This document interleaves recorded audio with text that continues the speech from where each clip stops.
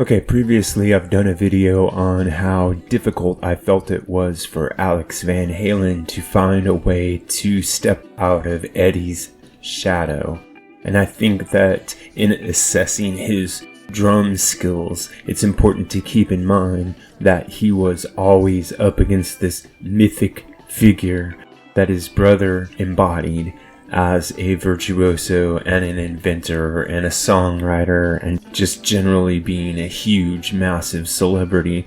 And Alex was himself incredibly talented musically. And I think that sometimes his contributions get overlooked. And so I thought it might be fun, in light of the fact that he's recently all but retired from music and has put his drum sets up for auction. I thought it might be nice to go back and think about times when he managed to not only elevate Van Halen's music, but in some cases even outshine his incredibly talented brother. And so I'm going to give you 3 examples of that.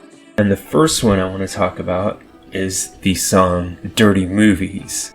And in this song, Alex shows off his ability to create melody with his drums. And he also shows off his consistent dedication to finding excellent drum tones. Now, we could talk about his technique on here, which is very interesting because he's playing a variation at the beginning of the song of what's known as a tribal beat, and he's doing this with a bit of a light touch purposely, because normally when you hear a tribal beat, it gets a lot of punch to it. So playing the same rhythmic figure with a delicate touch and with a very interesting reverberation on the drum tone makes for an unforgettable drum pattern.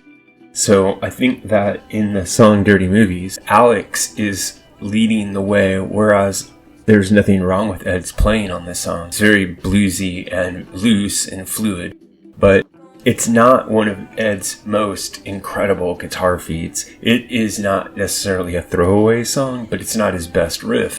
What makes this song so incredible is the drumming that Alex put to it. So for number 2, I'm going to pick I'll Wait.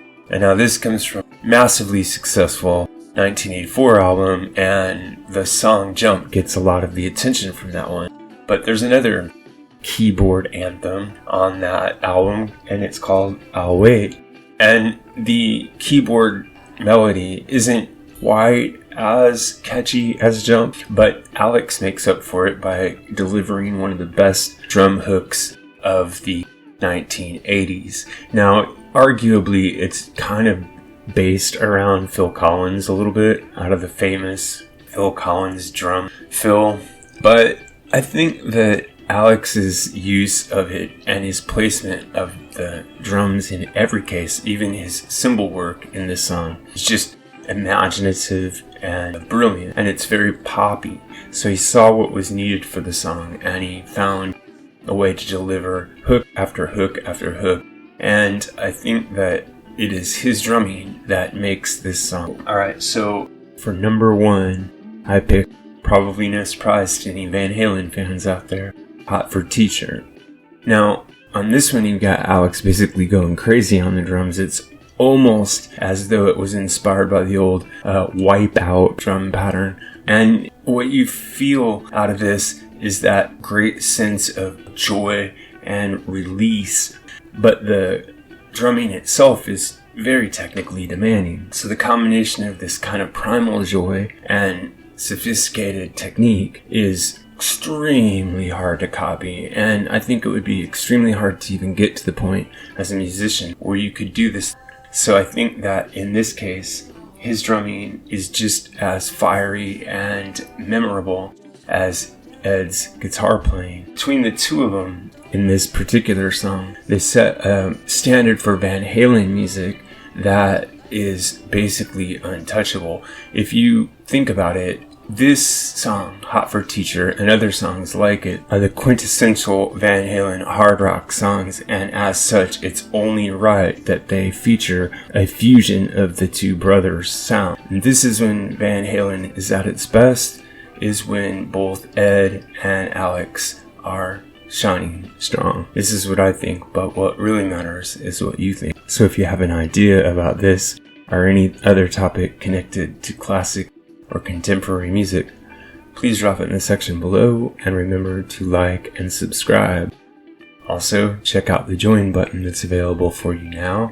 If you choose to become a member, you'll get access to members-only polls, members-only badges, members-only videos, and other cool perks you'll see when you click the button. And in fact, the members section is now basically overflowing with content because of the fact that I'm archiving videos there, as well as uploading new material on a regular basis.